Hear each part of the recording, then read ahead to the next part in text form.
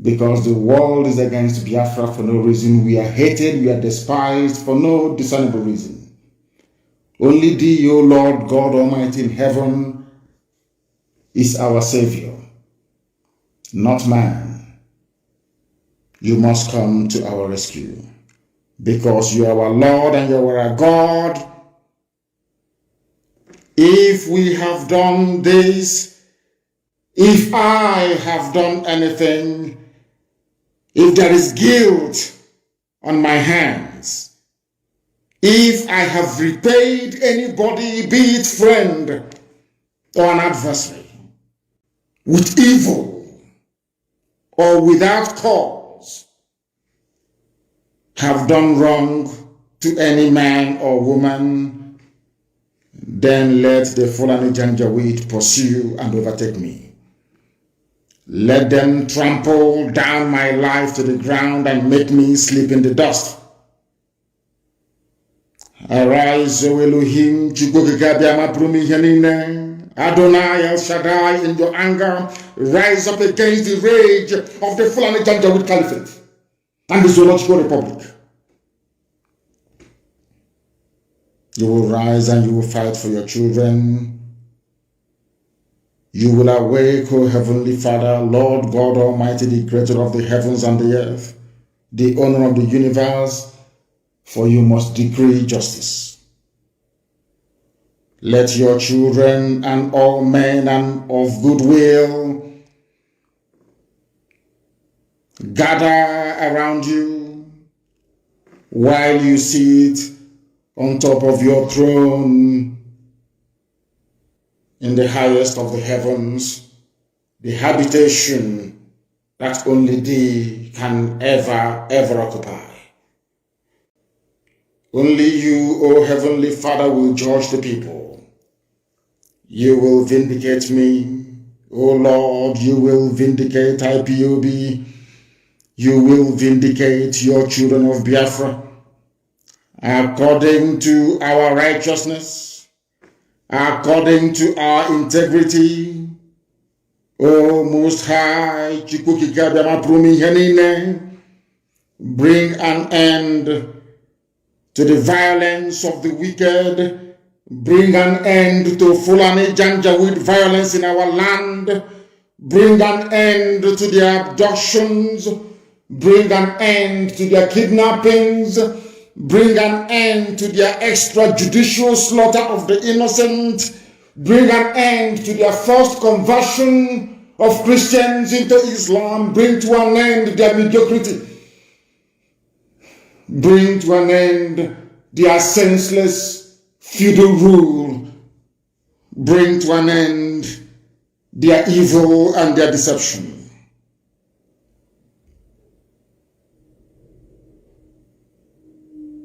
Come and secure the righteous, because only you, O God Almighty in heaven, can see in the dark. Only you know the hearts of men. You are our shield. We have nobody. Between 67 and 1970, the whole world ganged up and fought against your children. We did not steal anything from anybody.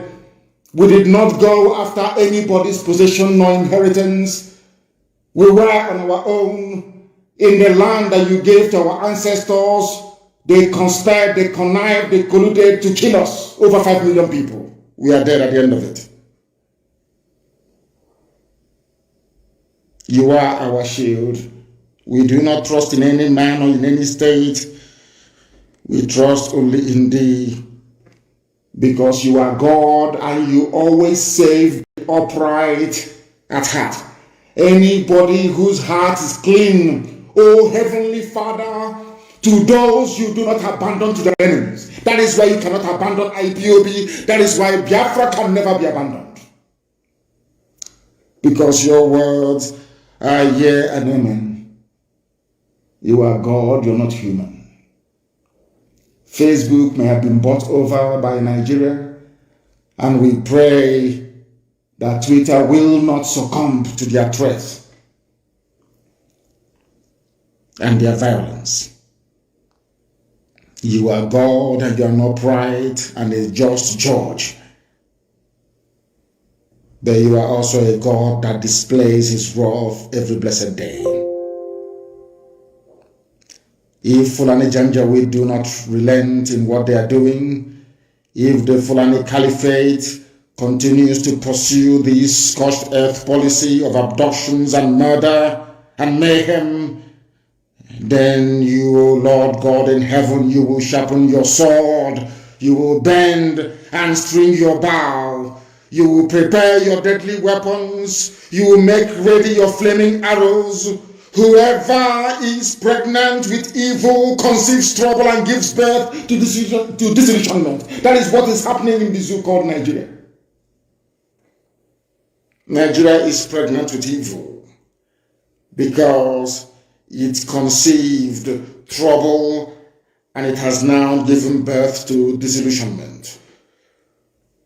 All the holes that the Fulani Janjaweed are digging for us into that pit, they are falling into one after the other. The trouble that they have caused will always rebound on them. Their violence will come down on their own heads. O Heavenly Father, for we shall give thee thanks always, all the days of our lives, because only thee is righteous. We shall sing songs of praise unto your holy name, O Most High. For as long as there is a child on this earth of Biafran descent and heritage, O Heavenly Father, we shall worship your name and your name alone, now and forevermore we pray. He said, that was our prayer this evening. We are now going to proceed without further hesitation to bring to you the gospel which I have been mandated by heaven to preach to the children of men. First of all, this evening, morning, or night, depending on where you are, I want to congratulate Twitter for standing up to the Fulani bullies. They are bullies, that is who they are. They came into Gobe, which is today's Sokoto. They bullied the Hausa people. In fact, they convinced Hausa people to fight themselves. At the end of the day, they became the beneficiaries. The Hausa kingdom of Gobe became Fulani Emirates, called Sokoto. Facebook, I must say, capitulated. Facebook came to Nigeria, made their headquarters in Africa, if I'm not mistaken, or is it West Africa, in Nigeria, and proceeded to receive huge sums of money. The entire staff of Facebook in Nigeria are under the payroll of the Ministry of Information and Culture. They are all compromised. Facebook capitulated because of money and threat from the dead dictator that the Fulani cabal are now ruling in his name. Therefore, I say to Almighty God, thank you very much that Twitter chose Ghana instead of Nigeria, because sometimes I imagine what would have become of Twitter had they made their headquarters in Nigeria. By now, I am sure Lai Mohammed, the entire Fulani Caliphate, awash with vast sums of money, would have bribed the entire staff of Twitter as they did to Facebook. And their mission, rather than being one where thoughts and ideas are shared over the social media, they would have gone straight on into censorship and restriction, the same thing that Facebook is now doing today in Nigeria. Because Facebook's mission today is to stop free speech and every article that is critical of the government of Nigeria. That is why, or that was why, I tried to argue yesterday with some of my people that the Attorney General of the Federation of Nigeria, Malami, ordering the prosecution of offenders is not only laughable, but it is the height of unforgivable idiocy. before we came on air, my good friend Fanny Kayode, and a few other people like Obi Ezekwesili and ex-governor of Ekiti, Fayoshe, they tweeted and damned the consequences, because Twitter ban in Nigeria cannot be effective because it is not backed up by the full weight of the law. It is an executive pronouncement. It does not have the backing of the law. This evening, Nigerians must understand that they do not understand the law. But here we are going to teach you how to understand it. Malami said he was going to prosecute offenders. In other words, if you tweet, you'll be prosecuted. But all the Buhari support group, all the Janjaweed spokespeople, they are still on Twitter tweeting. That is the double standards of the Fulani. When we say that, like Muhammad will say, oh, Nnamdi Kanu is spewing hate speech. It is not hate speech. All I'm trying to do is to highlight the double standards of the ruling Fulani Caliphate. Because Fulani Caliphate are the people, they are the people ruling Nigeria. There is no Buhari, that is the fact of life. You can deceive yourselves all you like from now till the kingdom come. The truth of the matter is that Buhari is dead, buried in a shallow grave in Saudi Arabia. That is the truth of the matter. Sue me anywhere if you like, but of course not in the zoo court, because anyway they're on strike. I want to ask Malami, under which law of the Federation of Nigeria are you banning Twitter? Under which law? Are you now saying that executive pronouncement by whoever is the head of state or the president of the zoo becomes law? Is that what you're trying to imply? If that is the case, then that means you don't understand what Montesquieu went through in order to put to paper his treatise on separation of powers. It means you did not go to school. You're not an AGF. It means, of course, you're a quota lawyer, so you know nothing. Under which law, I asked the Fulani Janjaweed, including those in Asarok, because I know Buhari is not there, so maybe I will address Garaba Shehu, Femi Adesina, maybe El Rufai, running the show from Kaduna, and of course, Malami, and what's his name again? Their so-called secretary to the government, or chief of staff. What's his name again? The man from Kwara State. I don't know his name. I want to ask these people, Nigeria has three ways of making laws. The one in the Constitution of Nigeria, the one that they make at the National Assembly, and any judicial pronouncement in a court of law.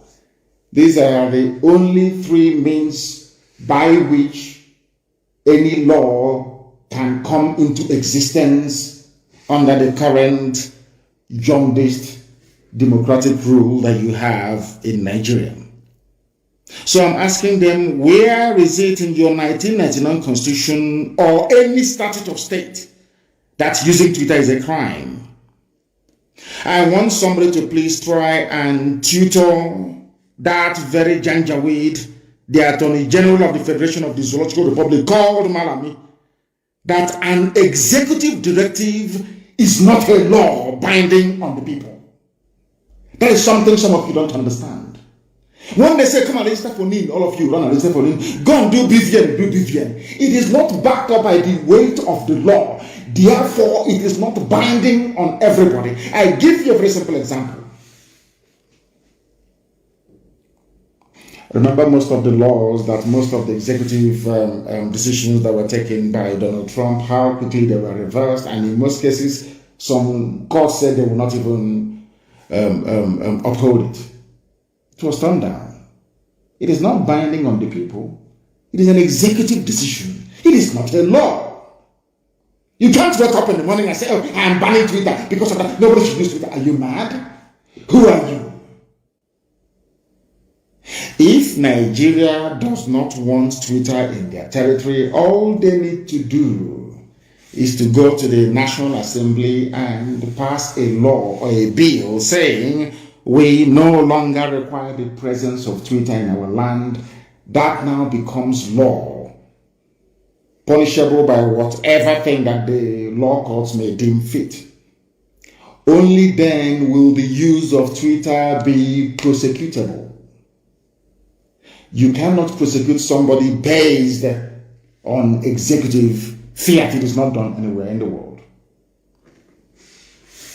But because they are bullies, they do not understand the niceties of the law.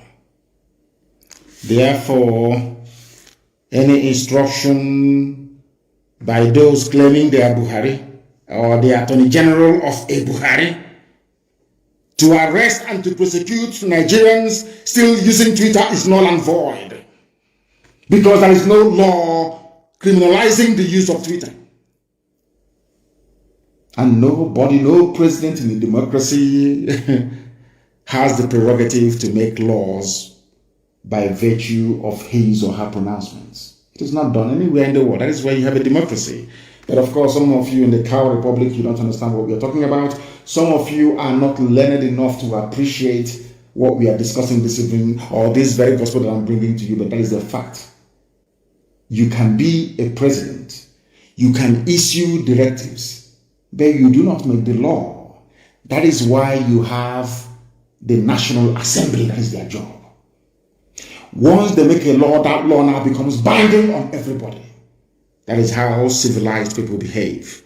You cannot ban anybody. There is no law in the zoo criminalizing the use of Twitter. And whoever claims that he is Buhari cannot make any laws. He is an executive or the head of the executive branch. Their job is to implement and execute the laws. The duty of the courts is to interpret the law. I don't even know if these elementary government is, if people are actually aware of it in Nigeria. I'm not even sure that people are aware of this very simple fact. The policy of this administration in the zoo to suspend Twitter's operations in Nigeria is not law. It is a policy. The constitution, the flawed constitution of the Federal Republic of Nigeria guarantees all Nigerians the right to free speech and freedom of association, freedom of expression. That is what I'm doing tonight, speaking my mind. You may disagree with it. Of course, the Janjaweed will, but the majority have over the years accepted it to be gospel and the fact. That is my opinion, and I am entitled to it. Something that the Fulani Janjaweed do not understand. When I speak, they say it is hate speech. It is not hate speech. I am stating the obvious, and I'm stating all these facts.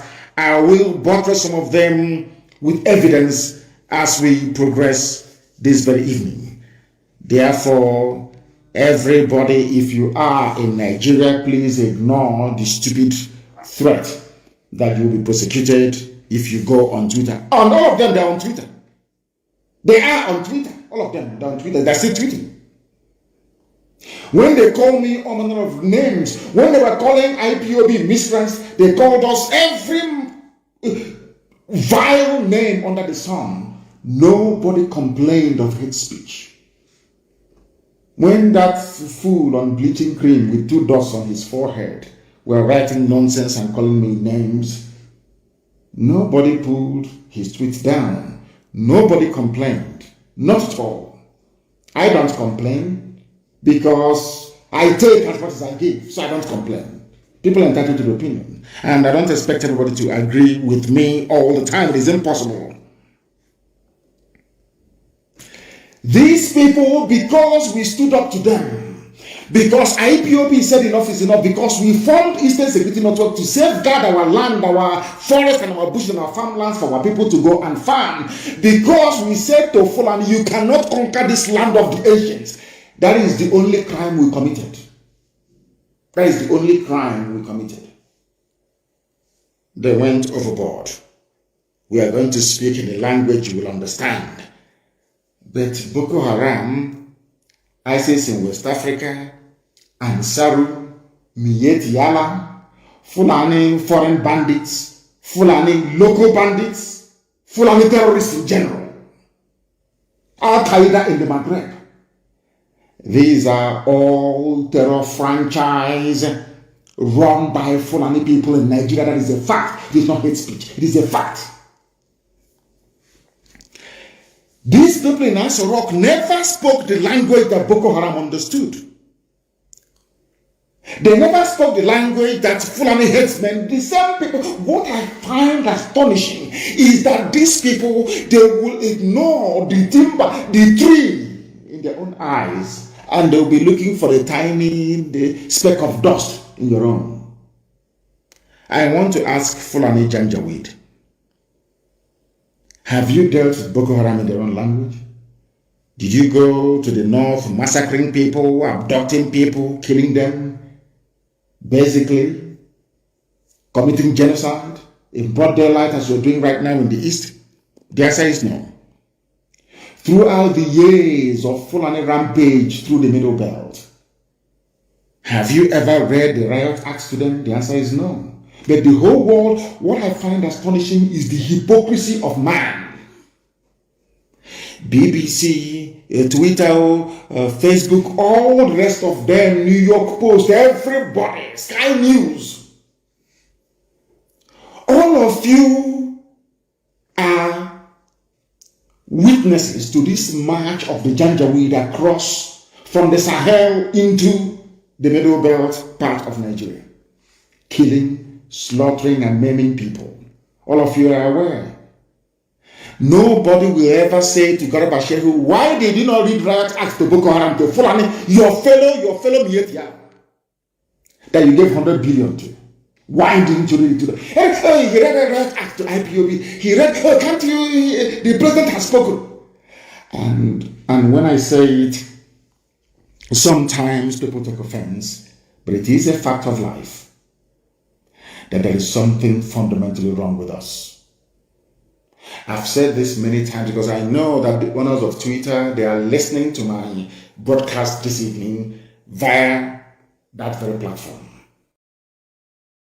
To understand that I am also self-critical. We are our own worst enemies because of the way we reason, because of the way we think.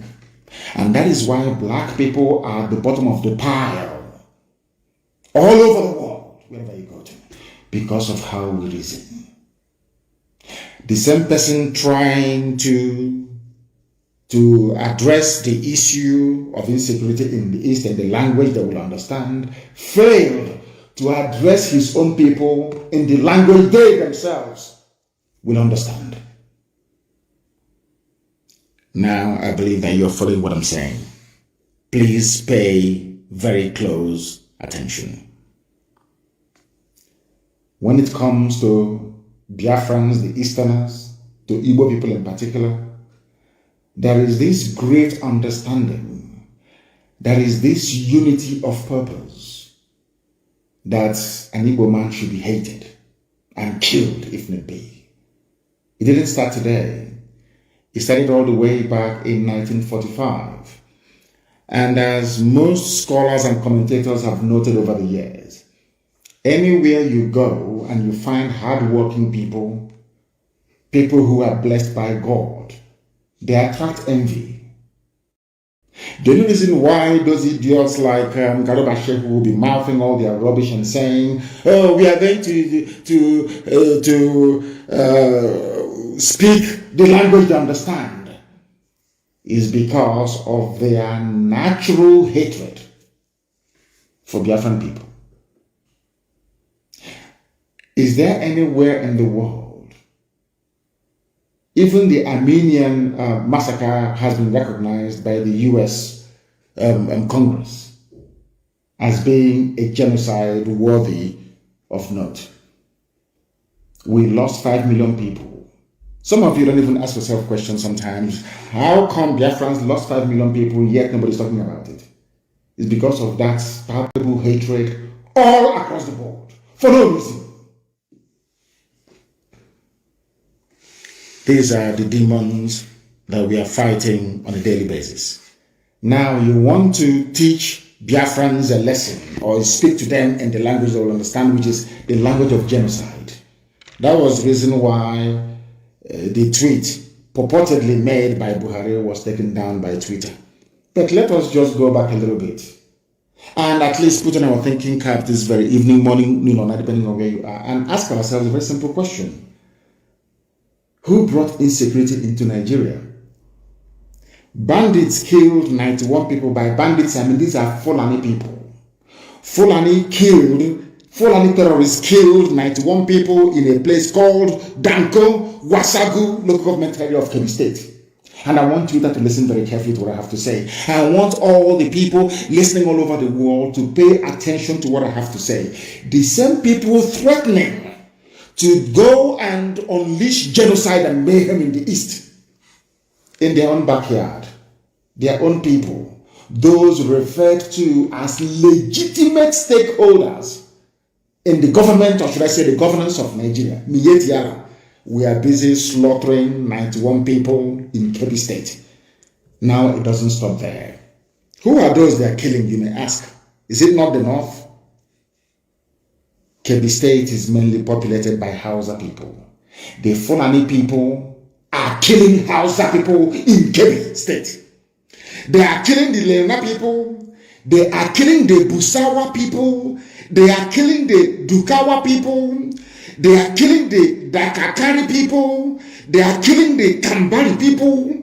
They are killing the Gungawa people. They are killing the Kamuku ethnic nationality in Kebbi. Are you listening to me? Later on, I will tell you why they are obsessed with dividing us. Southeast, South, Niger Delta, Igbo, and other rubbish. Because in the North, I'm telling you the truth, they are not one.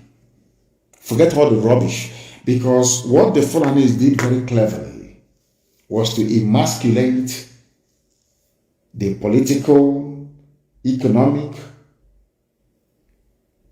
and social space within Nigeria.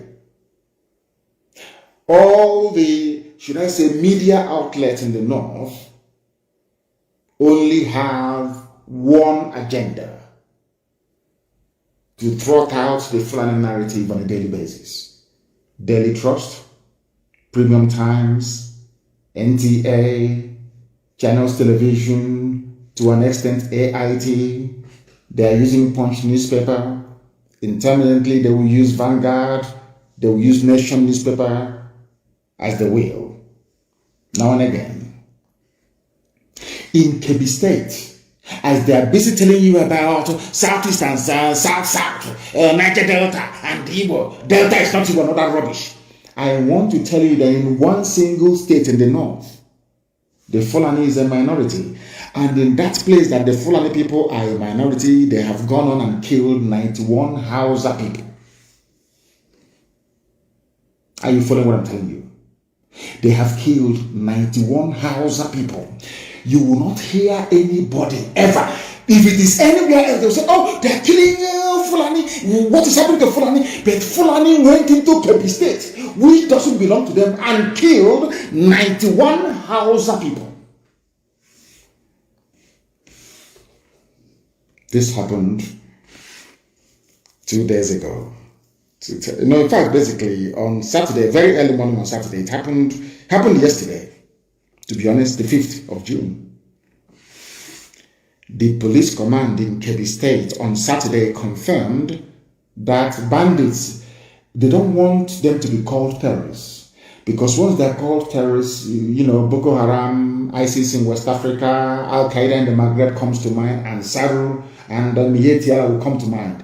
So you know what the government of Nigeria did through Lai Mohammed, their Minister of Information? They said to media houses, do not call them Fulani terrorists anymore, just call them bandits. So that way the eyes of the people and the attention of the world will be deviated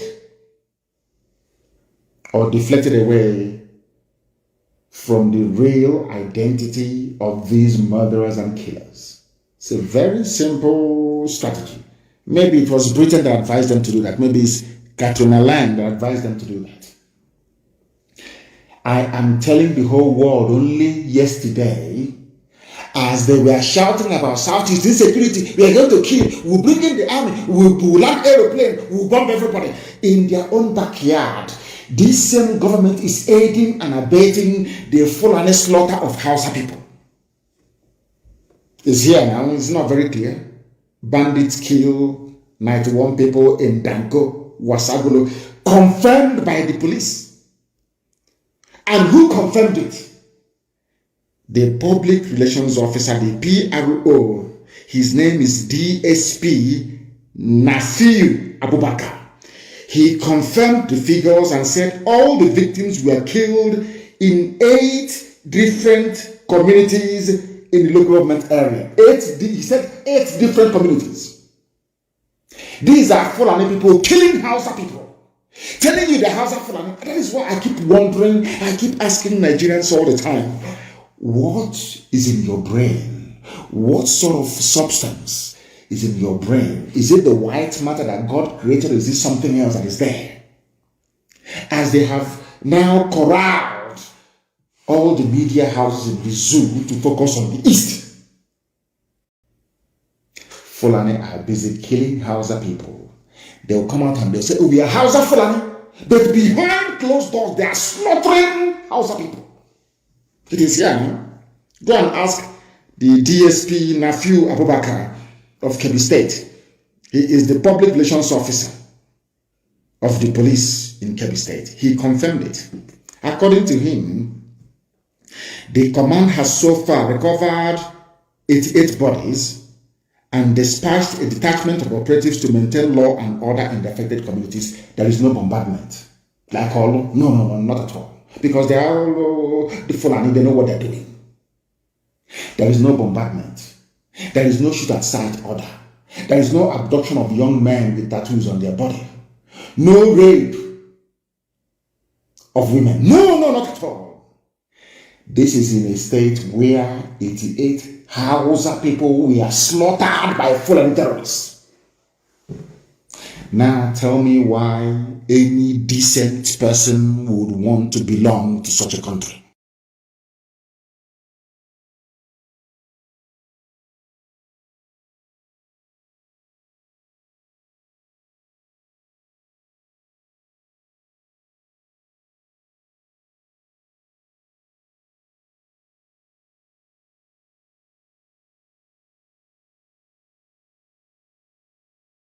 Concern to them. Are you following me? Are you following what I'm saying? I hope that people are following what I'm saying sequentially. A country where 91 people were slaughtered only yesterday, their concern is the East.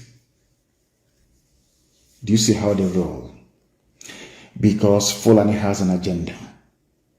The agenda is to conquer all of you. But some of us are so foolish and so idiotic we don't understand what their game plan is.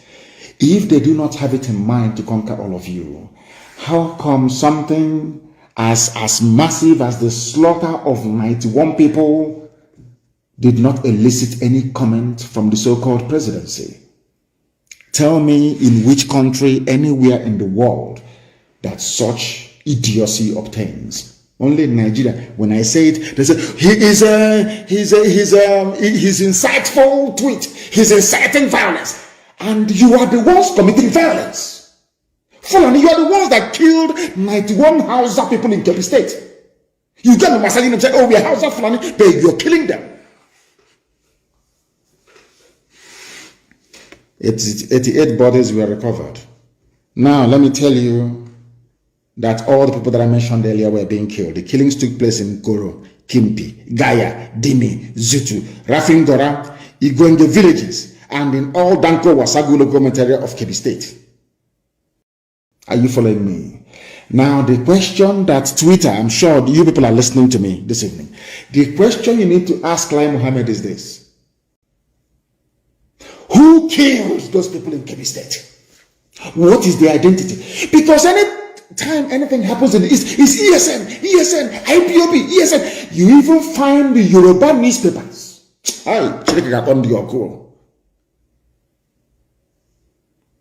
Without any investigation, they will say it's IPOB, ESN, IPOB, ESN. I want to ask Yoruba media, Yoruba journalists, you evil people, have you ever wondered or asked yourselves the people behind the slaughter of the innocent in Kebbi State? Why couldn't you say it's Mietiala? the way you quickly say, it's IPOB, it's ESN. It is that hatred. It is in your bone marrow. You cannot get rid of it. I am not talking about the freedom fighters we have in Yoruba land. I am talking about their journalists. Journalism from Yoruba land is pure venom, designed to paralyze your thinking faculties and to render you useless. By the time they are done with you, Fulani will just walk you over. I want to ask Yoruba newspapers, how come you are saying it is bandits that kill people in Kebbi State, whereas anything that happens to the East is ESN, IPOB? Why? Do you see why I hate Nigeria? Do you see why I agitate for Biafra? Because you hate me for no reason, for speaking the truth. That is the only, do you hate me for no reason? Then why should I not seek a country of my own? Given the level of hatred you have towards us. Daily Trust newspaper will be somewhere in Kaduna. Something will happen maybe in Okigwe, and he will write this IPOB ESN. He has never been to Okigwe before. I want the world to listen to what I'm saying, to understand the level of hatred directed towards Igbo Biafrans especially. To all Biafrans anyway. The other ones, they are treating them as if they are normal, but of course they are not. Fulani killed Hausa people. The same newspaper is writing Hausa Fulani. Hausa Fulani. I want to ask the whole world tonight, who are the people responsible for the killing of 91 Hausa people in Kebbi State? The answer is Fulani. And they know that they are terrified to write the truth. They are terrified to speak the truth. That is why I cannot be in the same country with you people. You people are evil. You are evil. You see evil and you support it. You keep your mouth shut. You want Tinubu to be president. And you are paying dearly for these mistakes you're making. As we proceed, I am going to bring to the attention of the world the damage that Yoruba journalism has done to Yoruba people. I will prove it tonight. On this noble platform, what we preach is the truth. You may not like it, but if you go back and reflect upon everything that I say, you will come to the realization that it is the truth. The whole truth and nothing but the truth. You may not like the way I deliver it. I give you that. I'm not too bothered about it. But ask yourself this question: is Nnamdi Kanu speaking the truth? This evening, am I preaching the truth or not? Why is it anytime something happens without proper investigation, it is IPOB or ESN?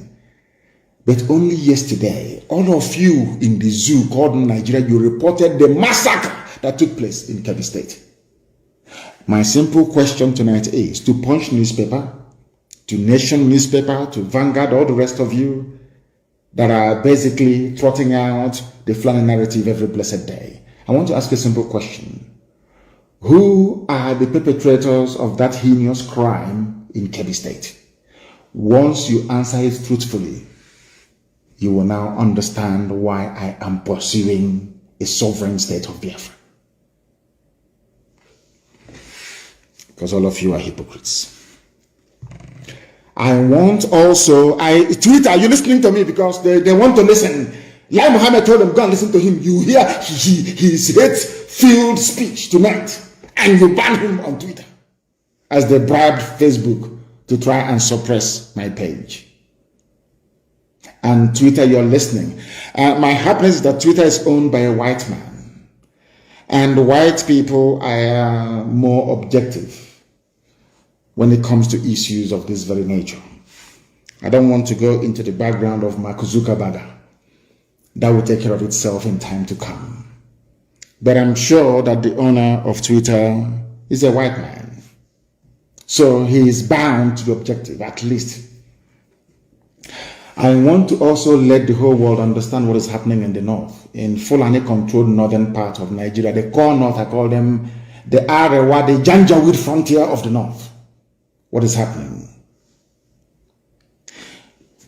Do you know that Islamic leaders who are Fulani people are abducting Hausa people who are Christians and forcibly converting them to Islam and forcibly marrying them off to whoever that wants to take a Hausa Christian bride? Are you aware of that? No, you're not aware of it. Because some of you erroneously think that in the north they are all Muslims. Is that what you're thinking? No, you're wrong. Islam is in the minority in the north. You'll be shocked to know this. Now, let me explain something to you. And I must thank Inter-Society for bringing this to the attention of the world. Because they actually called for the prosecution of some Islamic leaders in Katsina State. The same state that they claim the dead Buhari, whoever is there, comes from. Aslim Buhari. Of course, the late Buhari comes from Katsina. Do you know what they're doing in Katsina State? Fulani Caliphate Islamic people there are kidnapping people, young women, most of them Hausa Christians, and forcibly converting them to Islam. It may sound far-fetched, but it is true. And I'm going to shock most of you this evening. There is a group in the north. They are called the Hausa Christian Foundation. HACFO, HACFO for short. The Hausa Christian Foundation reported incidences of indiscriminate abduction of underage girls by Islamic leaders in Katsina State and forcing them to renounce their Christian faith to take up Islam. What they did to Leah Shoaib. To tell you that they are all in it together. This is what I want Yoruba media to understand. I know that some of them are Muslims. I understand that very well. But at least they are educated. They went to school. They are not quota products as you have in the north. Not at all. You have in the Janjaweed north, that is. Do you know what the group said? Hausa Christians, what they said. The Nigerian government must sanction the Katsina Islamic leaders for indiscriminate abduction and forceful conversion of scores of Hausa Christians, especially girls of underage, to Islam. This is according to a statement issued on the 15th of April 2021 by the Hausa Christians Foundation. According to the group, there has been indiscriminate abduction of hundreds of Hausa girls and their forcible conversion to Islam. The abducted Hausa Christian girls who are under the school age of 16 are also forced into early marriage done outside the consent of their parents.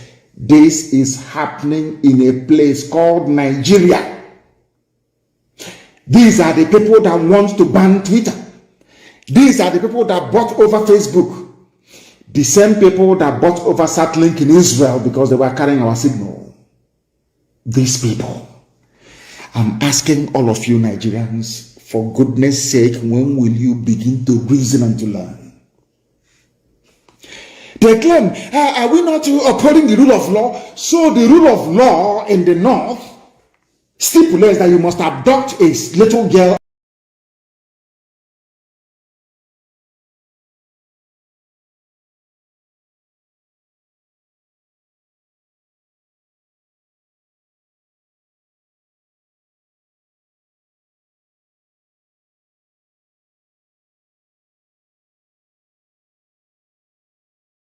and forcibly convert her to Islam. This is happening. It is a report. Let me also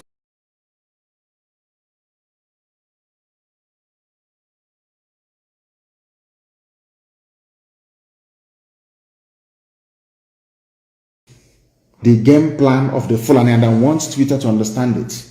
They will come with harassment. They will try to buy shares in Twitter. They will try to impose their own people as directors of the board of Twitter. They will try to get you to change your policies towards Nigeria. Because the Fulanis have a long-term goal. They know what they're looking for. They want the total Fulanization and Islamization of the geopolitical space called Nigeria. That's what they want. And they will never stop until they get it. They will never ever stop. This is something that I want Yoruba people to understand. This is something I want Middle Belt to understand. In Middle Belt, you will be taken. You will be swallowed alive. I'm telling you, you will be taken. The only reason why this demonic colonization is not in full swing is because of the activities of IPOB and Eastern Security Network. That's what is stopping them. If not, by now, we would all be gunners. The time now is 5 minutes to 8 p.m. in the land of Biafra. We are live and we are direct. It is also the same number, say 3 minutes to the top of the hour, regardless of where you are. We are preaching a gospel that heaven asked us to speak and to preach about this very evening, and we must do so. People are saying, ESN, IPO, not people anyway, of course, the Janjaweed and those that hate Biafrans, naturally, that's what they always do. They've been doing it since 1945, it's not new. The demonization of the East didn't start today, it's since 1945, and it's never going to stop. Even when we get our Biafra, it will never ever stop. It is inbred. How did we get to where we are today? I want to ask, people must listen very attentively, please. I want to ask the whole world. You're talking about ESN, you're talking about IPOB agitation and all that rubbish, the way we speak, our violent talk. I want to ask the whole world, please. How did we get to where we are today? Number one question, I want to ask the Zoo media, Nigerian journalists. In 2014, what did IPOB do to warrant the massacre of people in Onitsha and Enugu? I hasten to add. In 2015, let me also ask, what did we do to deserve being massacred on October and November of 2015? People talk about Nigeria as if it is one normal country or nation. No, it is not. Nigeria is a gangland. It is run by gangsters, basically, masquerading as politicians. This is something that Twitter must understand. The world must understand it. It is a fact. Let me ask you. You see the Shia people, Shia Muslims of El Zagzagi. What did they do to deserve to be massacred in Zaria? Were they violent? Were they carrying arms? Let me leave Shia. Let me come to IPOB once again. In 2016, I was in detention. I was in detention in Abuja. People gathered to remember 30th of May 2016. We got together in a place called Mbo. Or should I say at a place called Mbo? I have to be grammatically exact. To pray, to remember the dead, exactly what we did a few days ago. Do you know what happened? I want the world to understand. I hope Twitter can follow what I'm saying. I want mankind to understand. On the evening of the 29th of May 2016, Nigerian Army, Nigerian Police went to a place called Mbo and killed over 1,000 people. Now you'll be wondering, what did they do? What's their crime? Their only crime was to gather together to try to remember those that died between 1967 and 1970.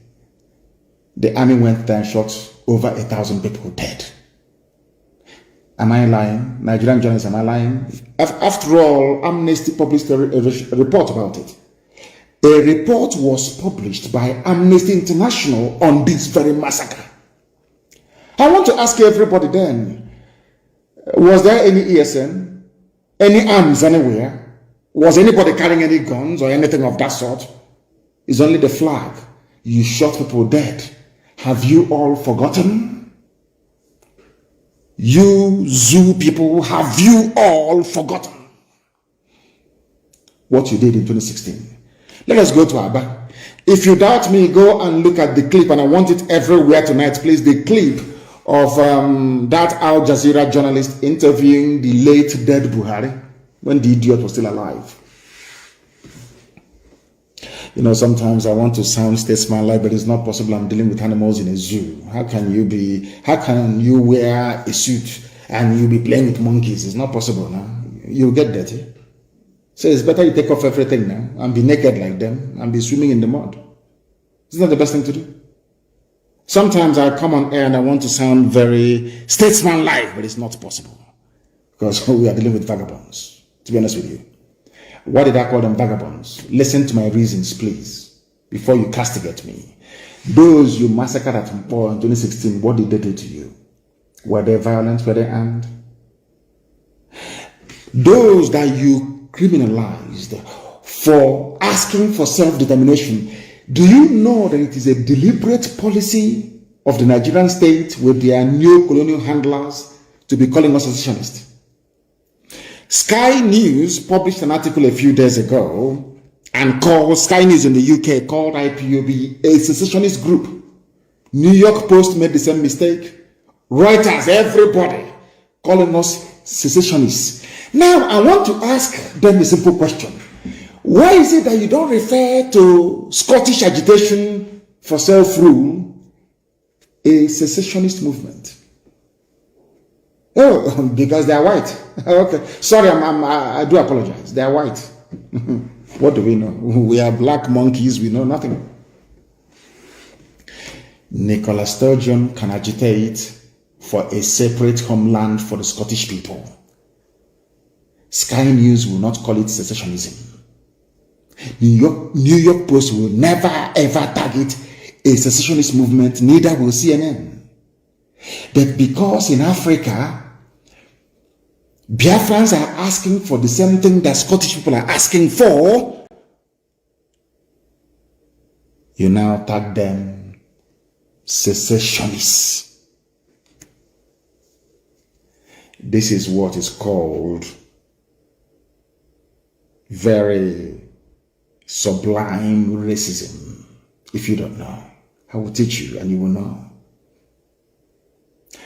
In Europe, it is called ethnic nationality. In Africa, it's called a tribe. For a reason. I'm asking the whole world this evening, why is it that Nicola Sturgeon, the leader of the Scottish people, asking for Scottish independence makes her, they don't even have a name for her. If I ask for the same thing that Nicola Sturgeon is asking for, Nnamdi Kanu becomes a secessionist. How did we get to where we are today? Go and publish, please, everybody publish that very interview. I think it was Denise that was interviewing the late Buhari then. We were praying in Aba National High School in Aba. Twitter, are you listening to me?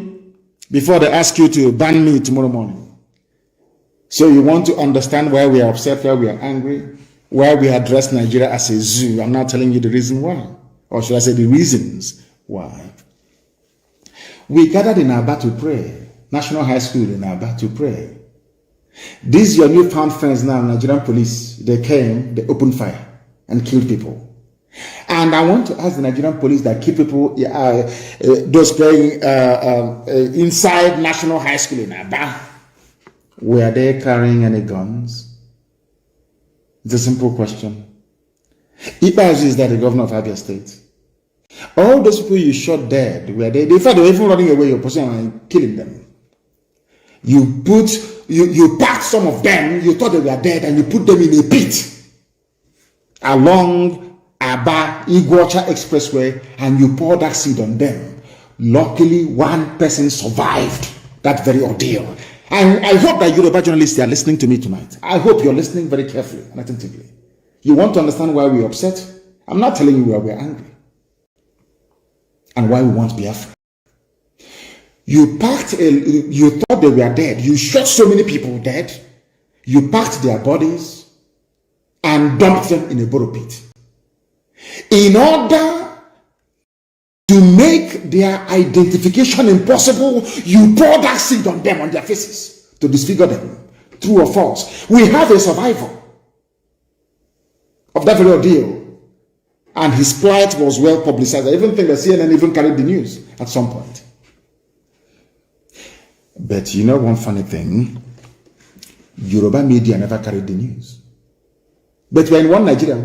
They wanted to be good Nigerians. We all need to be good, but they never carried the news of this grave injustice being done to a people. Are you following me? Why did we form Eastern Security Network?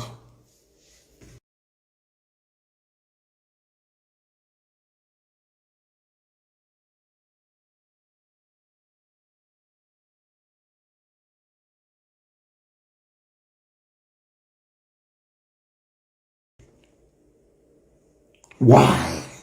You know, ESN, if you go now, ESN.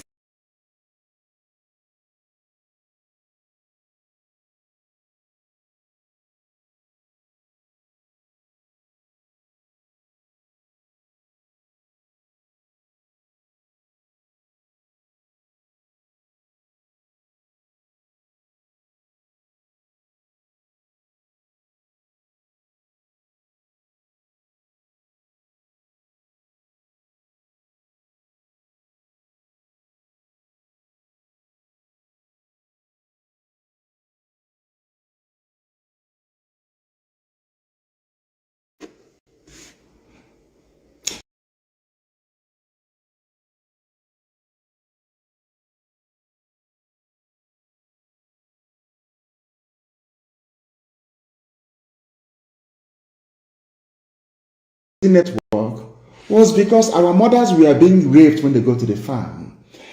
Our daughters were being slaughtered, cut into pieces. Why did we form Eastern Security Network? Because our mothers were being killed and raped in the farms, our fathers were being slaughtered. We can no longer go to the farm. Our forests and our bushes were unsafe. Was that not the reason why ESN was formed? I'm asking Yoruba journalists. Is it not the same reason why you formed Amoteku? Is that not the same reason why? Don't Amoteku carry pump action?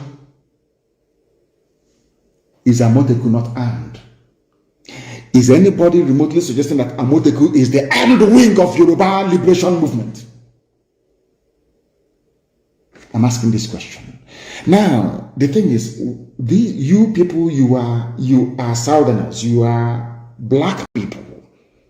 Some of you are well read. But what I don't understand is, why do you keep gravitating towards evil? Why do Yoruba journalists always want to support evil? I can't understand it for a life. I don't know why they do that. Amoteku is armed, clashing with Fulani headsmen in your forest. Is that not correct? Anytime we drive away from our forests, you now come back to us and tell us that we are armed wing of IPOB. Forgetting the reason why we formed it in the first place. What is happening in Oyo? There is massacre going on in Oyo. I'll get to that later on. Do you know my happiness today? Miyetti Yala opened their mouth and said, we are no longer in the southeast. That's what they said. And our people keep forgetting.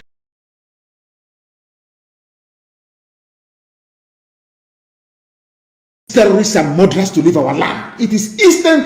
Oh, it's because of Eastern Security Network. That's the reason why. In case you don't know, IPOB made it possible. Do you know that it is only in the east, in Biafra land, that Miyetti Allah openly confessed and said, we no longer have a presence there in the whole of Nigeria. Only in Biafra land.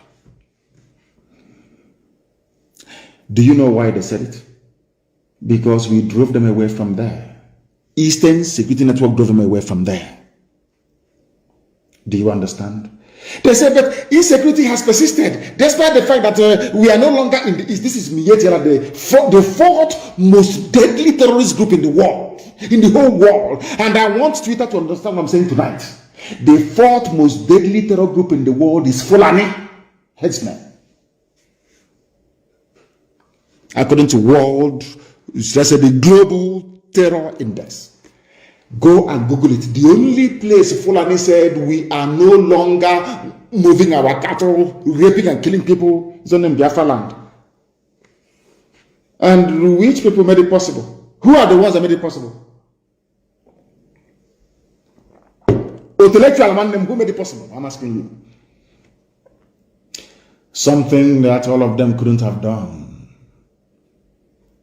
We formed ESN December of last year, and by May of the next year, Fulani confessed we are no longer in the southeast.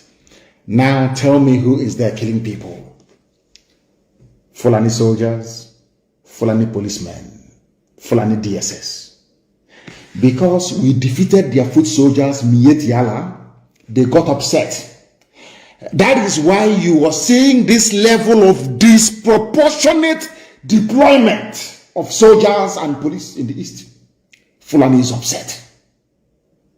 They have taken over parts of Yoruba land. They are comfortable. Can't you see that they are not worried about Yoruba agitation? They are not worried. They know where the problem is in the east. Are you following me? They are not in our forest, so if we find them, they are gone. They cannot be there, and they understand it. Fulani must know that we are more stubborn than they are. The only reason why it seems sometimes that Fulani, they have the leeway is because the Yorubas are afraid of them. Yoruba, not the Sunday Igbohos of this world, they are very brave. Not the Ghanaians of this world are very brave. Fani Kayode, given what has been, very brave. Fayoshe, a very brave man.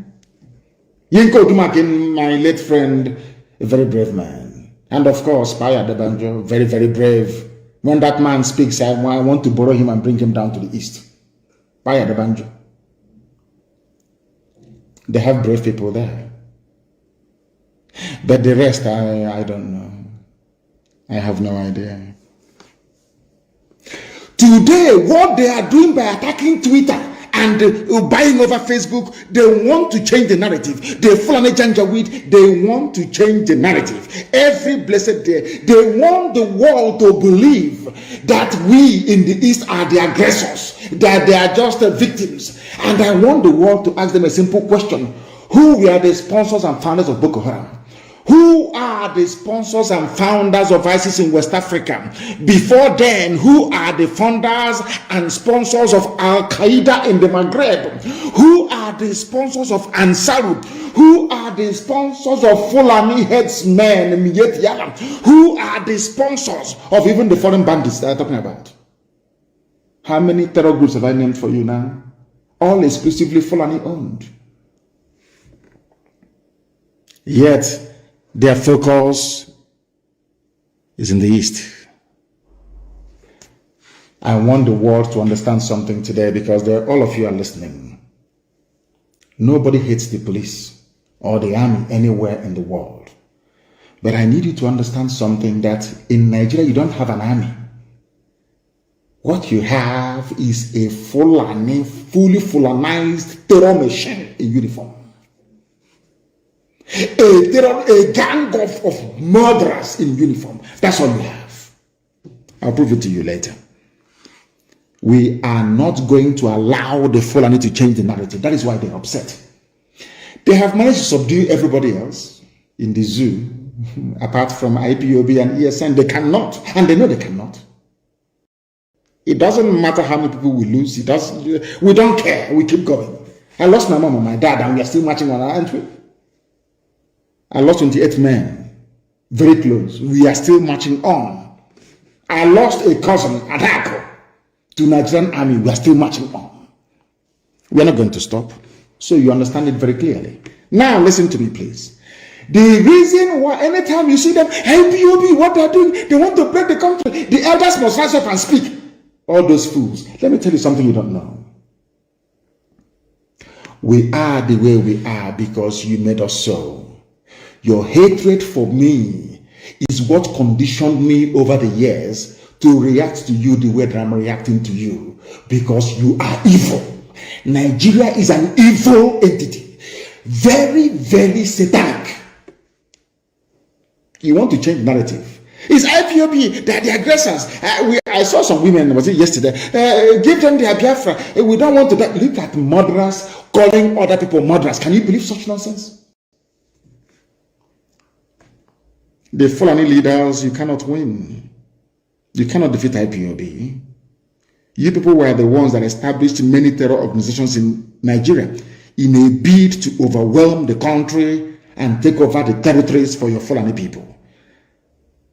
IPOB became a stumbling block to that very janjaweed expansionist tendency.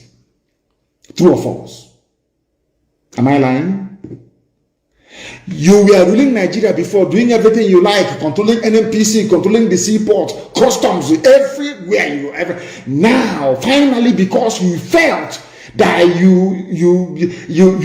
you've subdued everybody else, now you can now march on with your foot soldiers into the east, because you've taken over Yoruba land, of course. I know that very well. You came and we said no. You can't come into this land to take it. Come and do your business and go. You said no. Now, because we defeated Miyetti Allah, you now brought in police and army with official uniform, official badge to come and kill people. And I also want to remind Twitter, because they are listening. Twitter, please. Do you know that in the Nigerian army and police there are terrorists there? Are you aware that Nigeria actively recruited terrorists scripted into the Nigerian army and Nigerian police? Where are they? People without shame, where are they? I'm asking you. Fulani, you want to change the narrative? Of course not. They want to put the blame of insecurity in Nigeria on IPOB. Can you believe that? Can you believe these people? Can you believe them? Can you believe these people? And luckily, as God will have it, they are slaughtering themselves in the north. But IPOB securing the east are the ones to be blamed for the insecurity in the east. There is a clip I want everybody to play, please. Hope most of them opened his mouth and said, I invited the army to come into Olo. There was nothing happening. Fulani, the Hope most of them gave Fulani land in Olo to do Ruga, Fulani settlement. And we said no. We drove the Fulani murderers and terrorists away. Hope Uzodinma now invited his friends, his masters from the north, to bring in their army and heavy machinery into Olu to kill us. That was how all these things started. All of you have forgotten. My black people in this UG, black, you have all forgotten the Genesis. The same way that all of you today are blaming Boko Haram is a terrorist group, Boko Haram, what they're doing. But when Nigerian police were busy killing their leader and killing everybody else, all of you were just there drinking Fradununu. Or doing betting on Chelsea versus Man U. Or Liverpool versus Man City. Nigeria army and police will go out and commit atrocity upon atrocity. All of you will be there, you keep quiet. Any day, those people out of anger rise up and retaliate. All of you baboons and monkeys without writing.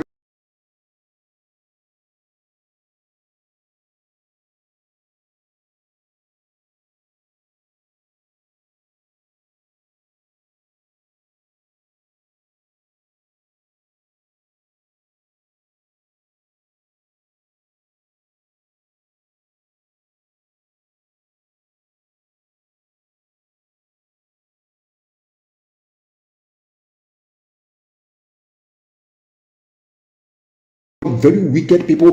That is why you forget the atrocities that your police and your army always commit. You forget. In a twinkle of an eye, you forget. Our army, our police. Now listen to me very carefully, please. You are blaming ESN, whereas it is the same Fulani terrorists masquerading as headsmen that are responsible for orchestrating all the insecurity in and around Nigeria. Fulani, you have Boko Haram. Fulani talking about insecurity in the east. Hey, whereas 91 people were slaughtered yesterday. Yesterday they were killed yesterday. You have the guts. You people have no shame. You have the guts to stand up and be talking about insecurity in the east. And you're a senator from Kebbi State or Kebbi, whatever they call it. And 91 of your constituents were slaughtered. You didn't see it. You're talking about east. Fulani, who formed Boko Haram. Fulani, who formed ISIS in West Africa province, ISWAP. Fulani, who formed Miyetti Yala. Fulani, who formed Ansaru. Fulani, who formed these headsmen and bandits you claim are foreign. Fulani, who brought out murderers and killers and terrorists from prison and gave them military and police uniforms. It is you people. You have now spread them around the country, causing mayhem, abducting people from schools. These are the same place. Hey, this people there. Ha, Fulani, you think everybody is as stupid as you are? You go, you kidnap students from their schools in the north, you get ransom, you buy more arms, you embolden yourselves. You have the guts to conduct a live press conference talking about insecurity in the east. Don't you have shame? Anyway, you don't. Who are the bandits, or should I say terrorists, taking hostages of school children and demanding ransom? Are they not Miyetti Yala? Miyetti, the chief negotiator. Who are the people destroying farms, raping and killing their victims daily around Nigeria? Fulani. Fulani. You know what? How they manage to convince some of you is what I find astonishing. Despite the overwhelming evidence, how they manage to convince you people that they mean well for you is something I can't understand. It was in Nigeria that I discovered the reason why the black race were enslaved and colonized at the same time. After slavery came colonization. After colonization, now we are in the era of neo-colonization. If you want to know why a black man is easier to control than an animal, come to Nigeria, you will see it. You see, Punch newspaper is a Yoruba newspaper. Tribune is Yoruba. Nation is Yoruba. In fact, most major newspapers, they have this Yoruba leaning because most of them are based in and around Lagos, including Sun, Vanguard, all the rest of them. Unbelievable. They know that their forests and their lands have been taken over by the Fulani. The journalist writing their rubbish for Punch newspaper, he cannot go back to his village. Most of them in Ogun State are refugees in Benin Republic. The person, you will have the guts to come on national television to talk about insecurity in the East. Whereas your fellow Yoruba people, they are in Benin Republic as refugees, driven away by Fulani. But because I said that no Biafran will go and dwell in a refugee camp anywhere, instead we all perish. You are calling me the instigator of insecurity. Let me tell my Yoruba journalists one thing they don't understand. If we had behaved like you people, by today we will have Biafrans in Ambazonia as IDPs. If we had allowed the Fulani to come into us playing this one Nigeria, good one Nigerian card, our land and our forests would have been taken over by the Fulani the same way they have now taken over swathes of Yoruba land. Are you following? In your land, the Fulani people are massacring you. In our land, it is we have defeated their foot soldiers. They now brought in, gave them army uniform, official army uniform, to come to kill in our land. That's what we are facing now. Because the Fulanis, they think they're clever, but they are not. One day we will get one terrorist with uniform, and we will show the whole world what they have been doing. Fulani terrorists are everywhere, you must understand. They are the military and the police. Nigeria has no military, it has no police. What you have are terrorists, Fulani terrorists in uniform, that's what you have. No Fulani leader, I have never come across any Fulani leader condemn Yetiala, never, ever, ever. But one of them, the East must speak up. Silence is no longer golden. Speak up now. Speak up now. Have you ever spoken up against Mietiala? Have you spoken in the past against them? Against your friends in Boko Haram and ISIS in West Africa that are considered even more deadly than Boko Haram? No, you have not. But you want Eastern leaders to rise up and speak against those that drove away your terrorists from our forests. Does that make any sense to you? Of course not. No Fulani leader has ever condemned what their people are doing. The same people are today threatening us. Fulani rulers trade with genocide. Activities of ESN is the reason why we are coming. You are angry because we defeated your foot soldiers in the forest. We drove you terrorists away from our land. That is why you're upset. Once in a while, you give them uniform, army uniform to come and kill people. That's all you do. Any day we respond now, we capture them or we kill them, you run to Twitter. Can you see they are killing Nigerian soldiers and the police, our security architecture? But you cannot speak the truth by telling the whole world that these same people were once terrorists or are still all terrorists even till now. Do you understand what I'm saying? Do you see why we are agitating for Biafra? Why we don't believe in Nigeria? Why Nigeria will be destroyed beyond repair? Because Nigeria is a criminal enclave. It is not a nation, it's not a country. It's a place full of black people who cannot reason properly. It's as simple as that. Because if you can reason properly, please, you can see the handwriting on the wall. Who are the terrorists in Nigeria? Who brought insecurity into Nigeria? Is it not the Fulani? Without Fulani people raping and killing in our land, also one in case you have forgotten, Nimbo in case you have forgotten, in Ebonyi, in Cross River, in rivers, everywhere they were killing, pillaging, raping and looting. Have you all forgotten why ESN came? You have all cleverly forgotten.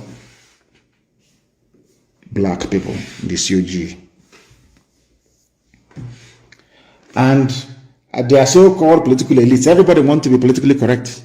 Everybody wants to be politically correct. Everybody wants to please Fulani because of 2023. Because they control INEC, they control CBN, they control everything.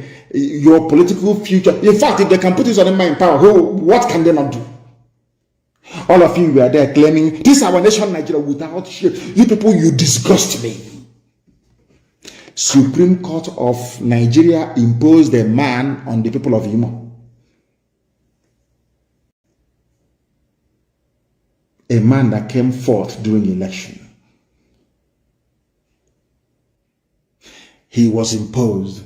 And they asked Supreme Court of Nigeria, where did you get all this number of voters, given the fact that INEC register tally with the figures you're pronouncing? And by law, the same INEC they claimed they met a few days ago, we are not happy. Our offices are being burnt. What is happening now is not good. The same INEC that you charged by law to conduct elections went to Supreme Court and said to the judges, the figures you're using, they are wrong. The judges said that this one is final. Hope Adama is the governor of Imo State. And you want people to accept that rubbish? You must be mad. You must be mad. What we are doing is to teach the next generation how to defend their lives. ESN was born out of the need for self-defense. And we have done a very marvelous job. That even Mietiala confessed. Anywhere you see people claiming they're Fulani, these are terrorists that they brought in and gave them uniform to go and kill. That's all. To go and kill. And I want Yoruba media to listen to me very attentively now, please. You see, There is a prayer I always pray, and I will say it in Igbo language, the oldest language in the world. Maybe that is why Britain hates us so much, because we are the oldest people on the face of this very earth, in Igbo, ancient people. And that is the center of the world as well. I'm sure you know that by now. 0 longitude and 0 latitude. You know that the Greenwich Mean Time is 1 hour to the left. It's not the proper central time of the world. The proper central time of the world is where the 0 longitude line meets the 0 latitude line, which is in Biafran waters, for your information. So you know, we are the center of the world. That's why we have Ihechiawa, the very first place that the light of God had to shine on this very earth. Gani Adams, Iba Gani Adams, the Are Onakakamfo of Yoruba land, on Sunday said, that's today, with the killing of over 50 people in Eganda town, Ibarapa, Okogun area of Oyo State, it is evident that war is imminent in the country. Please, the Twitter, listen to me. Who killed Yoruba people in Oyo? Are they bringing... You know, sometimes some intellectuals and affiliates, they prefer, they look for their own to blame all the time. I want to ask them a question. The RA, the war commander, the generalissimo of Yoruba land is Eba Gani Adams. Earlier today, he said that war is imminent in the country. A Yoruba man. Why is he saying it? Because 50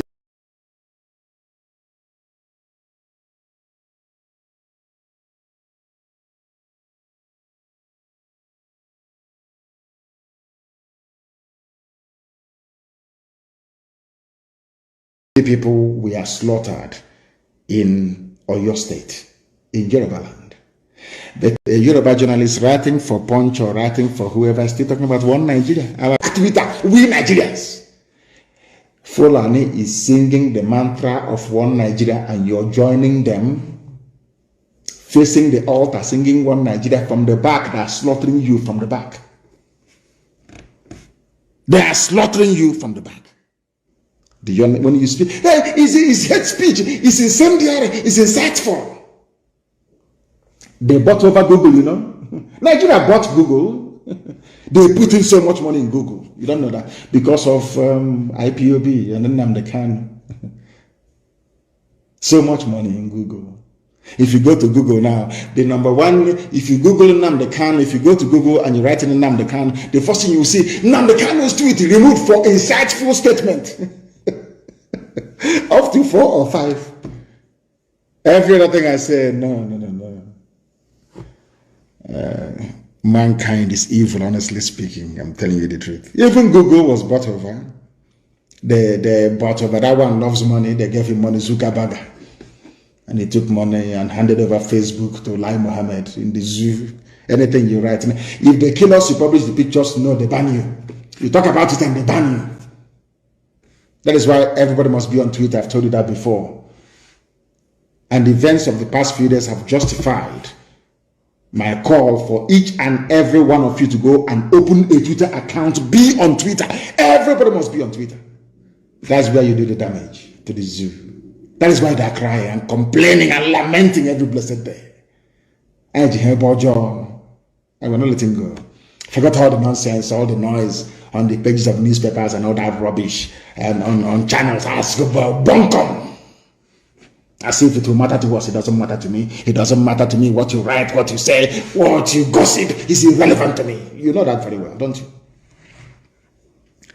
Eba Gani Adams said he condemned the gruesome murder of innocent residents of the town and warned Fulani headsmen and bandits to stay away from the southwest or be ready to face stiff resistance. Aha! Tomorrow now, when maybe OPC, when they now get together to resist the Fulani, you claim that OPC is looking for war. But Fulanis are there now slaughtering them, isn't it? All of you are hypocrites. The killings happened in the early hours of Sunday and brought the entire Igaga town and its environs to its knees with over 50 people dead, cars burnt, and over 20 houses burnt. That's their signature. Burning of houses. Do you people know who actually brought in burning of houses into the, should I say, the thinking or mindset of Nigerians? Do you know who brought it in? It's the army, Nigerian army. They are the ones. They go to your house. They kill you. If you escape, they burn your house down. The same barrister Joffo, they attacked his house again last night to kill him. They came, was it not last year, and burnt his house. Do you know that Nigeria army went to Fela's house in those days? People talk about unknown gunmen, unknown goat, unknown cow, unknown pig. Who started the phenomenon of unknown? Nigerian government under Obasanjo. They sent soldiers to go and kill Fela and his mom. They went to Fela's house. After causing the death of the mother, of course, they burnt the place down. Nigerian army. They asked them, who did it? They said, unknown soldiers. All of you have forgotten. These are black people that don't read. You don't even know history. They asked Obasanjo, who were the people responsible for invading Fela's home? Fela and Nicolas Bokuti, his home. They said it's unknown soldiers. Oh, dear me. Nigeria. You see Obasanjo tomorrow. This insecurity is getting out of hand. Obasanjo, did you not start insecurity by sending soldiers to go to Fela's house? What crime did Fela commit? He was singing and expressing his natural, his God-given right to speak his mind. Obasanjo, you today talking rubbish, insecurity, and we need the bitterness in the land. Why did you send soldiers to go and kill Fela and the mom? When they failed, they burnt the place down. Nigerian army, yes. It was Nigerian army that started this very, the concept of burning down people's houses. Nigerian army, yes. Nigerian army, yes. The army of Nigeria. Our boys, as some of you will foolishly claim now and again. They killed Yoruba people 50 yesterday. The same way they went to Benue State and killed Igbo people the other day. When we go there now to confront them, people say, hey, ESN is here. They are destabilizing the polity. Oh, talking rubbish. Why is it that when Fulani people are killing people, all of you are quiet? When the people rise up to retaliate, you start talking rubbish. All of you. You start writing to Twitter. Lai Mohammed was upset because he wrote to Twitter on 4 occasions for Twitter to ban my account. And Twitter said no. You don't know that? 4 times they wrote, Ministry of Information and Culture, signed by Lai Mohammed to Twitter, ban Nnamdi Kanu. Twitter said no. On 4 occasions. But they called Facebook. You know Facebook, they have Nigerians working for them. Bribery and corruption, give them money. Anything you see that is Biafra, pull it down. And the idiot doing work for Facebook, pulling all Biafran posts down in his village in Ibarak, but they have killed 50 people. I can see I can see that hand with which you have used to write that poisonous epistle on the pages of Punch newspaper. You will put it inside your mouth and you become contaminated. Ibarak is an example. Yoruba land is under siege by the Fulani. And you're writing about the East. I know that Ibagani Adams will do the obvious. They even destroyed the palace of the Oba of Ashigagan, of Igagaland, Oba Adewusi Olaoye. His house was not spared. And the monarch has been whisked away by the bandits. They even took a Yoruba traditional ruler, an Oba in Yoruba land, Fulani. Your friends, your friends in one Nigeria, keeping Nigeria one, moving ahead, yes? They took your Oba. Fulani bandits took your Oba. In the East, you have their soldiers disgracing our traditional rulers, as they did in the coastal region. They know what they're doing. Can they do that into an amen enough? Can they try it? Of course, the answer is no. Because all of you people, you tolerate Fulani Janja Buddhism under the guise of one Nigeria. They are flying your flag, green, white, green in front of you, but inside they're destroying you, but you don't know. Very, very sad indeed. It's very difficult to sound presidential or to sound statesman-like when you're discussing Nigeria, because the whole place is disgusting. Nigeria is disgusting. They never spoke the language that they're terrorists. Why don't you now come out and say the killing in Oyo State is bad? We are going to treat them in a language they understand. Why not? It's only in the East. And Yoruba journalists, they support this junk coming from these people. That is the reason why they come to your land and they massacre people. Because you support evil. Tinubu has to be president. You people are jokers. That Biafrans are not in IDP camps today or refugee camps is because of the immense work that ESN is doing. And for record purposes, please, ESN is in the bushes and forests of Biafra land. We are not out on the street. All of you trying your best to link ESN with unknown gunmen, you're wasting your time. If you want to know how unknown gunmen were born, go and look at all the atrocities of the Nigerian army and police against young people in the East. You'll understand that. ESN is inside the bush, making it possible for you to sleep at night. ESN is not and will never be unknown gunmen. And without myself excusing the activities of these angry youths that have had their relatives murdered by the Nigerian state, it is the same Nigerian police and army that are complaining today that brought this brutality and lawlessness. And I'll ask them again, oh, what did those people do to you? Onisha, Emene in Enugu, have you all forgotten? Mbama River in Bayelsa. All the massacres you have carried out against young people in the East. What was their crime? What offense did they commit to warrant you to go to where they are praying and kill them? Nobody can answer that question.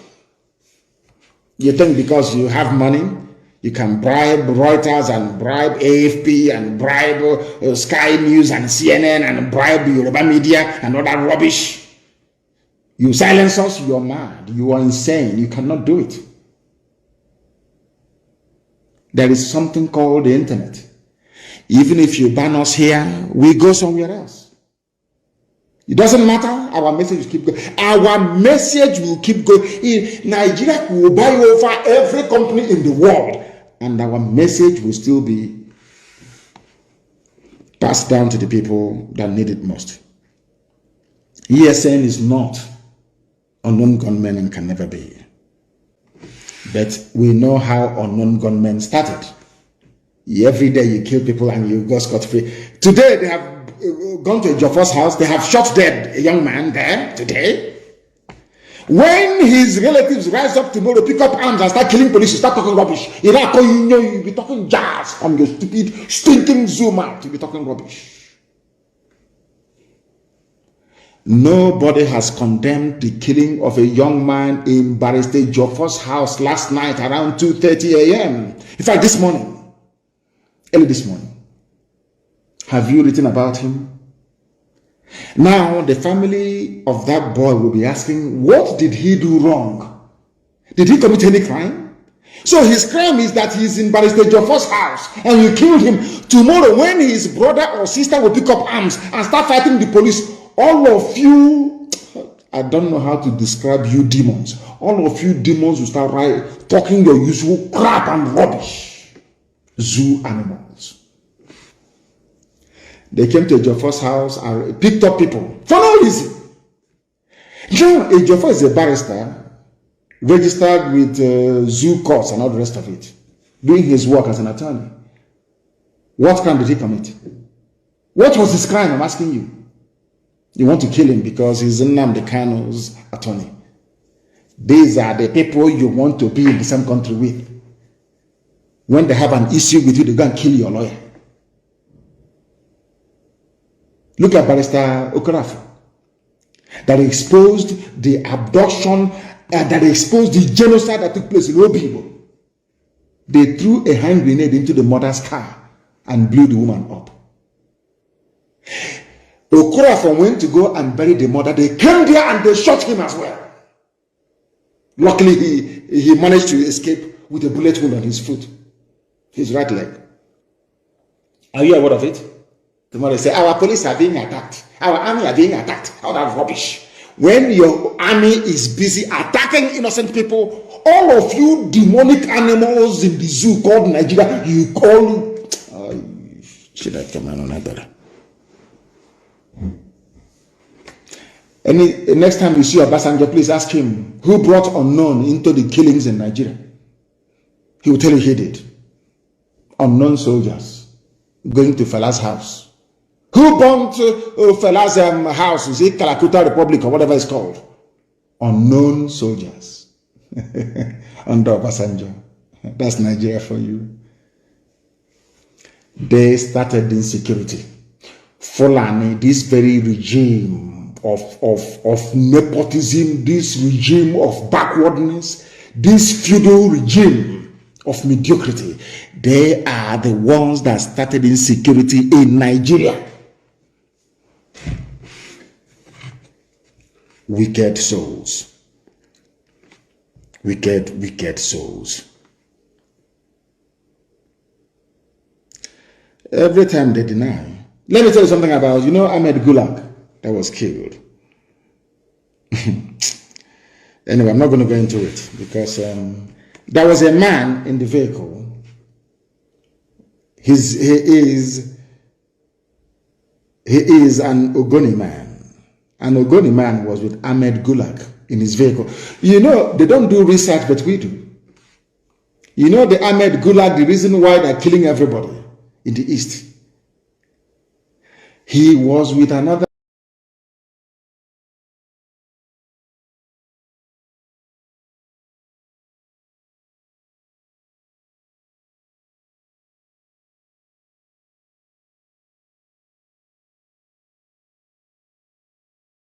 man riding in the vehicle. Where is that man? And I want him to speak publicly and tell the whole world what he told the police. And the man said to the police, he told the IG of police, the assassins were not Igbo. I want somebody to ask the police commissioner of Imo State to also ask the IG of police of Nigeria, did they get a first-hand account of what happened from a man that was riding in the same vehicle with Ahmed Gulag? Yes or no? It's a simple question. Zoo journalists, they are very lazy. I want them to go and ask the IG of police, was there any man riding in the same vehicle as Ahmed Gulag when he was killed? Did that man give you a statement? And what did his statement say? I am telling the world today that the man told the IG of police that those that killed Ahmed Gulag are not Igbo people. True or false? That all of you are busy writing rubbish. Daily Post, all these idiots writing junk. You think you want to stifle Biafra. You think you want to delay the coming of Biafra. You think you can stop Biafra from coming, but you're wasting your time. The more you write rubbish, the more your village is being taken over by Fulani people. Hausa people, remember when you used to become Hausa Fulani, we Hausa Fulani, but Fulani, they went to Kebbi State and slaughtered Hausa people. But they're doing Hausa Fulani as brothers. We Hausa Fulani, but in Kebbi State, Hausa people were murdered by Fulani. You people don't learn anything. As I said, there is something wrong with the brain of black people, especially those of you from Nigeria. There is something definitely wrong with your brain. I'm telling you the truth. You are not normal. You can never be with the way you reason. I don't want to mention names, but that man, you must come forward to tell the world what is going on and to tell you how clever the Fulani think they are. Britain helped them to suppress Biafra by denying Ojukwu access to world media then. Okay? They are secessionists. You know, the Oyibo are very clever people. No? They are very clever, I'm telling you the truth. There are people in California, in America, called Cal Exit. They want California to break away from the USA. They are not being called secessionists. They block Quebecois in French Canada. Nobody's calling them secessionists because they're white. But a white man came to my land and formed a country for me without my consent. And I'm saying to the Igbo man, Beture, this thing you formed here is not with my consent. I want to leave it. He's saying I'm a secessionist. I should be killed. He is a secessionist. Kill him. Beture said I should be killed because I challenged him and I said, this thing you created here is not a country for me. I can't go to Europe to create a country for you, white man. Why must you come to Africa to create a country for me? And give me a very useless name, Nigeria. It doesn't make any sense. In fact, it's a racial slur word. He's telling me you are a secessionist. But Scotland wants to be free from England, and very soon Wales will join. Why is it that Scottish people are not called secessionists and the armies of Britain there slaughtering Scottish people? Why not? And then I realized they are white. That's the way it is. No wonder people put on bleaching cream. Sometimes when you look at black people, you know the way we reason is a bit strange. You can buy one unku cream and add bleach to it and be rubbing it on your body to be white. Because I don't blame them, to be honest with you. I just don't blame them. The way we reason is quite astonishing. Nobody can ask them. Punch newspaper that hardened the Yoruba or Fulani Janjaweed paper can never ask anybody. How come Nicola Sturgeon is not a secessionist? She's not being called a separatist. Why not? After all, IPOB is a peaceful movement. And all we asked for was for a referendum. The same thing that Nicola Sturgeon is asking for. But Nicola Sturgeon, a white woman, is I don't know, a Scottish nationalist. I think Nnamdi Kanu is not a Biafra nationalist, but a secessionist.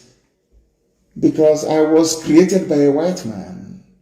And who are you, black nigger, to say no to what a white man created? Who are you? That's the stage we are in right now. I like Michael Jackson now. I love his music. He was the greatest entertainer in the history of man. The best dancer ever. When Michael Jackson was bleaching his cream and straightening his nose, I didn't blame him.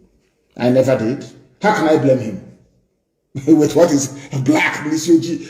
How can you stay in a country where people claim they are learning, that they went to school? They brought in somebody who did Sharia, Alekali in a local Sharia court, and made him the Chief Justice of the Federation. And none of you are there. And if I have a knife, I'll cut off, if it's possible, I'll just cut off my own skin completely. Cut it off. Black people, they make me sick. Because of the way we reason. We do not reason like human beings, I'm telling you the truth.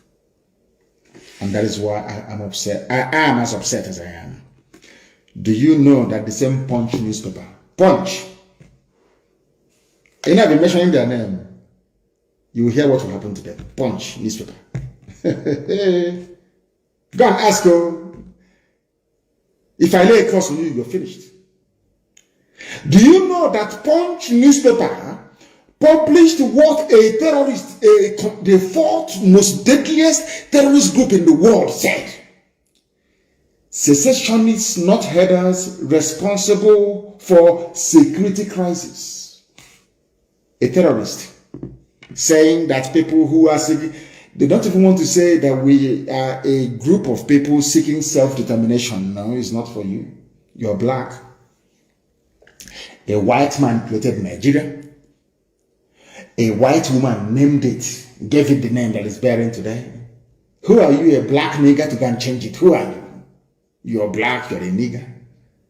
So that is why you're a secessionist. Not somebody who is agitating for self-determination. Unbelievable.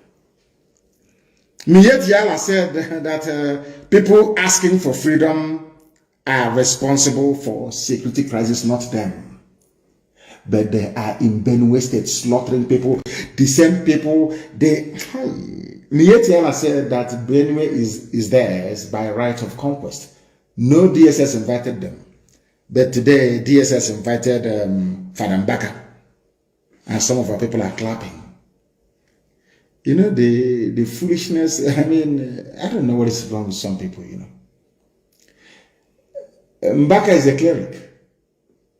Gumi is a cleric. I won't call him sheikh because he's not Arab, so I can call him a sheikh. Gumi is a cleric. A scholar of the Quran. Gumi can go and sit down with murderers and killers and rapists and discuss with them. Nothing will happen to him. Father Mbaka only criticized the government and they invited him. And that is the type of country that you want me to be in with you people. You must be joking. You must be joking. Our land is under siege because we are in a state of war, undeclared war. And in the coming days and weeks, a state of emergency will be declared in our land because, and I want our people to understand this very, very clearly. I want them to understand this very, very clearly, that a meeting is being held. A meeting is being held, or will be held in Owerri, or in Enugu in the next few days, on Tuesday. I think they said that their defense minister is coming to address them with some governors and some politicians from the east. Is coming to address them. Very, very sad indeed. And under this very climate, they have declared a state of emergency already because they are killing people. They went to a Jofor's house last night. They are killing people. And it is very, very sad indeed. Extremely sad that they are killing people in our land. And the so-called powers that be, those they claim, we are leaders, are encouraging them to keep killing. Look at the words of George Obiozo. My goodness. Some people are not even fit to be fathers, talk less of being elders. I'm telling you the truth. Very, very shameful. Very, very shameful indeed. Very, very shameful. I have a very important announcement to make this evening. And if you like, you listen. If you like, don't listen. That is your business. But I must make the announcement anyway. And it is for our young men and women across Biafra land, because right now we are in a state of war in Biafra land. This evening we heard that a Hercules C-130 Air Force plane landed at Samambako International Airport, and they brought in more murderers and killers, more terrorists from the Sahel to come into our land to kill us wearing police and army uniform. Any policeman you see on the streets, any soldier you see on the street is a terrorist. And you must approach them the way you would approach any terrorist group in the world. The Nigerian Army and Nigeria Police in the East, they are essentially a terrorist organization, only that they are wearing official state-sanctioned uniform. Now listen to me carefully. If you are in Anambra State especially, I am advising every young man, woman, boy or girl to leave Anambra State or to go into the bush. I'm warning you, I warned you during NSAS regarding Obibo. Some of you didn't listen, and today you're in the grave. I'm warning people in Anambra, in the coming days, within the next 48 hours, very heavy rain is going to fall across the entire East. If you're a young person, prepare right now to either go to the bush to join your fellow men or to leave Anambra State completely, because what these people do is that they set up their roadblocks or their checkpoints Any young person they see, they kill. They abduct you and they kill you.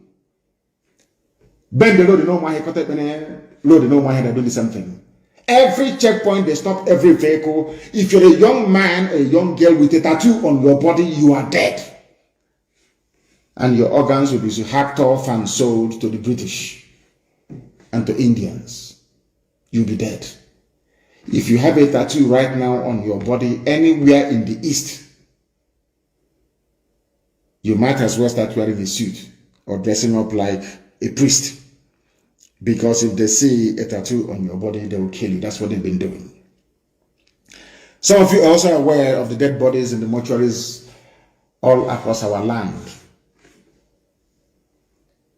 You are aware of it, don't you?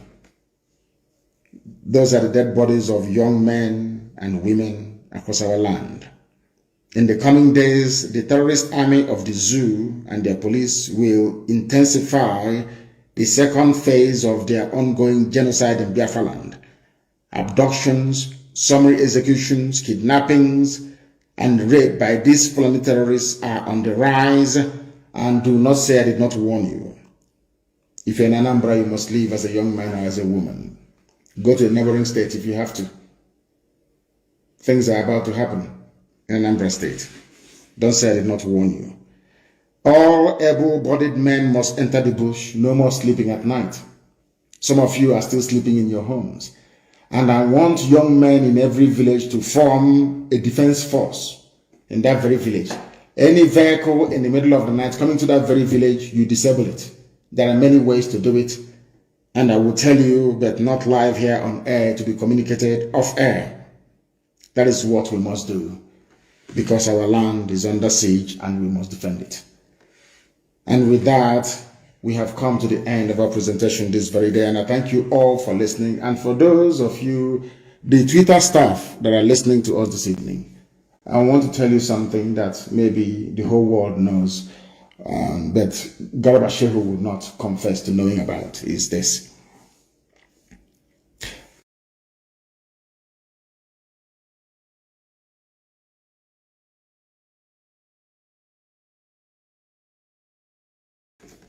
You may call Biafra a secessionist, whatever you like, from now till the kingdom come. It doesn't make any difference to us. Because to us, Biafra is not just a nation, it's not a country, it's not a home. It is our religion. The same way people die for Christianity, people die for Islam, is how we are dying for Biafra. Biafra is our religion. The sooner our enemies understand this, the better for everybody. We cannot give up. Biafra is our religion. Here on radio, Biafra is where we worship. Because Elohim is our God.